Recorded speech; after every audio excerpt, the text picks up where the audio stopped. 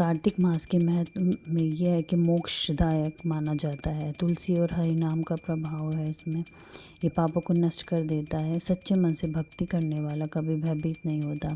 आत्म सुधार संभव है, चाहे किसी भी कितना भी पाप क्यों न किया हो। कार्तिक महात्म अध्याय 24। नारद मुनि राजा पृथु को बताते हैं कि एक समय संभ्रा पर्वत पर करवी नामक नगर में धर्मदत्त नामक ब्राह्मण रहता था। वह बहुत धार्मिक, सत्यप्रिय और भगवान विष्णु का उपासक था।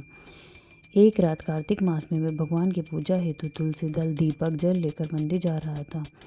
रात का समय था, चारों ओर अंधेरा था।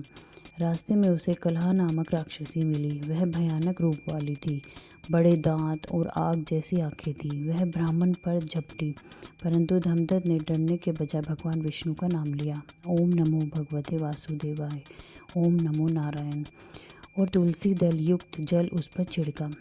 जैसे ही तुलसी का जल उस पर छिड़का, राक्षसी कांपने लगी और बोली, हे ब्राह्मण, मुझे मत मारो, मेरी कथा सुनो। तो कलह अपनी कथा बताती है।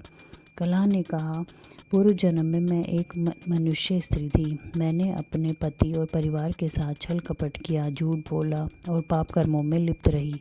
आखिरकार मैंने विष पीकर आत्महत्या की। इस प्रकार मुझे यह राक्षसी योनि मिली और मैं वर्षों से भटक रही हूँ। वह बोली, आज जब तुमने भगवान का नाम लेकर तुलसी का जल छिड़का, तब मेरे पाप जलने लगे। कृपया बताओ, अब मैं कैसे मुक्त हो पाऊंगी। तो धर्मदत्त ने कहा, तुलसी और भगवान विष्णु के नाम का प्रभाव असीम है।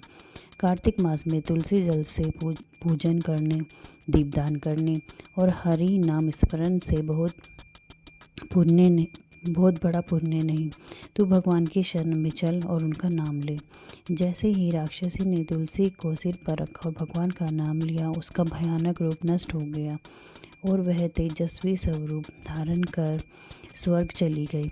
उसने कहा, हे ब्राह्मण, तुम्हारी कृपा और कार्तिक मास के पुण्य से मुझे मुक्ति मिली है। जो भी कार्तिक मास में तुलसी दल से भगवान विष्णु की पूजा करेगा, वह कभी राक्षसी या नरक योनि में नहीं जाएगा। बोल विष्णु भगवान की जय।